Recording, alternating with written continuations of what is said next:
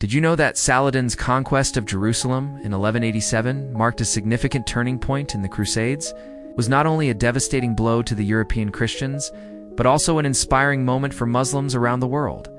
But before we dive into this epic tale, make sure to hit that subscribe button so you never miss out on our thrilling adventures through history.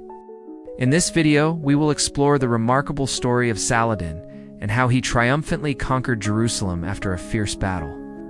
Let's travel back to the year 1183, when Saladin, the great Muslim leader, set out to conquer Jerusalem, a city that had fallen into the hands of the Crusaders just a few decades earlier. His forces consisted of infantry, cavalry, and artillery, all ready to lay siege to Jerusalem. As his army grew, so did his confidence. Saladin knew that he had the numbers and the knowledge to succeed where others had failed.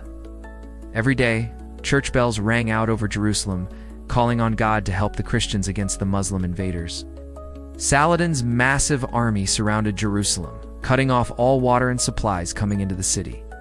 The Crusaders inside were now trapped, forced to rely on their dwindling stores of food and water. His artillery bombarded the walls, trying to find a weak spot to exploit. His scouts and spies continued to gather intelligence on the city's defenses. Time was on his side, and he knew that the Crusaders would eventually have to surrender. The city was in ruins, but it was a sight of joy for the Muslim troops. People from all over came to the city to celebrate their victory. Saladin had become a hero, a symbol of Muslim pride and power. To commemorate his victory, a huge mosque was built in Jerusalem, symbol of the city's return to Islam. Saladin had fulfilled a dream that generations of Muslims had shared. After years of fighting, Jerusalem was finally in their hands. Saladin had done what no other Muslim leader had been able to do. He'd conquered Jerusalem and reclaimed it for Islam. This battle was a decisive victory for the Muslims and resulted in the capture of Jerusalem by Saladin. Another one of Saladin's notable achievements was the construction of the Citadel of Saladin, a massive fortress that stands to this day in the city of Cairo. He is remembered as one of the greatest Muslim leaders of all time and is celebrated for his bravery, intelligence, and tolerance. The citadel was a symbol of Saladin's power and glory, and is now a UNESCO World Heritage Site. He went on to become one of the most respected leaders in history, known for his bravery, intelligence, and fairness. We've covered he was a devout Muslim, but he respected other religions and cultures. He was also known for his bravery and his commitment to justice. From an early age, he showed qualities of leadership and was trained in the art of war. By the time he was 21, he was a skilled warrior and administrator, and he quickly rose through the ranks of the Muslim armies. What are some of Saladin's other notable achievements? How is Saladin remembered today? He was known for his fairness and tolerance, and he treated his subjects with respect, regardless of their religion. He also continued to expand his empire, conquering vast territories and defeating the Crusaders several times. Even his enemies respected him, and his legacy continues to inspire people today. As days turned into weeks, morale began to dwindle. The constant fear of starvation loomed over the city, weakening the resolve of its defenders. The European Christians were devastated by the loss of Jerusalem. It was a blow to their pride and a setback to their expansion into the Holy Land. The fall of Jerusalem was a turning point in the Crusades. It marked the end of the Christian kingdom in the Holy Land and a major victory for the Muslims. The city was in chaos.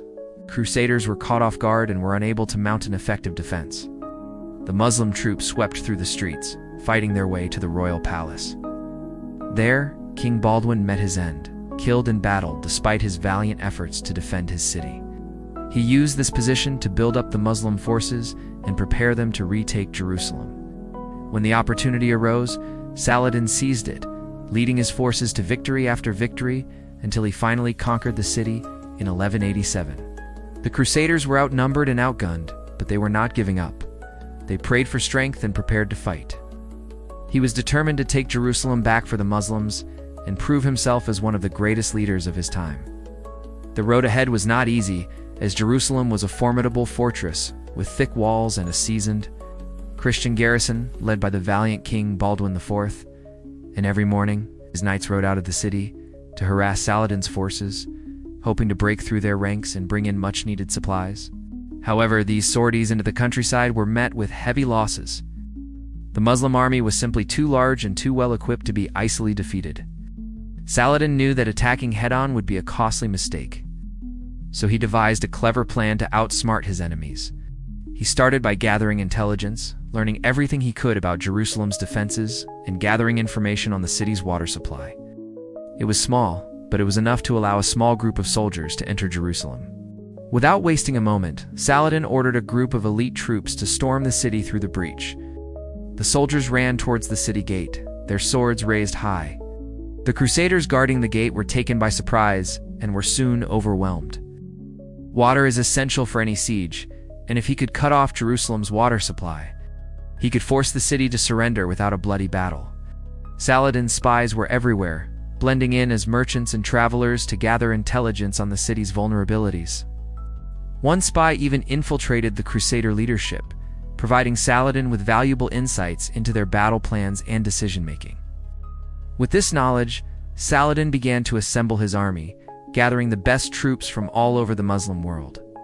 As Saladin's forces amassed near Jerusalem, King Baldwin IV realized the gravity of the situation. He knew that Saladin was a brilliant tactician, and that his army was larger than his own. Baldwin prepared the city for battle, ordering the gates to be reinforced and the walls to be patrolled day and night. He also called on the Knights Templar, a holy order of warriors dedicated to defending the Crusader states. They arrived just in time to bolster the city's defenses. Despite these preparations, the Crusader leaders knew that they were outnumbered. They needed divine intervention to win the battle. After weeks of preparation, it was time for action. But still, King Baldwin held out hope. He refused to surrender Jerusalem without a fight. Meanwhile, Saladin continued to tighten his grip on the city. Then came the moment that changed everything. One night, Saladin's artillery team discovered a breach in the city walls. Within minutes, the gate was open, and Saladin's forces were pouring into Jerusalem. With the royal family gone, the resistance crumbled, and the rest of the Crusaders surrendered. The news of the fall of Jerusalem spread like wildfire throughout the Muslim world. However, not everyone shared in the victory. Saladin's story doesn't end there. Saladin was born in 1137 in what is now Syria. In 1169, Saladin was appointed vizier, or chief minister, of Egypt. After conquering Jerusalem, Saladin went on to rule over one of the largest and most prosperous empires in history. One of Saladin's most famous victories came at the Battle of Hattin in 1174. Despite his many military and political achievements, Saladin is perhaps best known for his chivalry and honor. Unfortunately, Saladin's health began to decline in 1193, and he died in 1194. But his legacy lived on. Now, let's see what you've learned. How did Saladin conquer Jerusalem? What was the significance of Saladin's victory in the conquest of Jerusalem? Leave your answers in the comments section below, and don't forget to hit that like button if you enjoyed the video.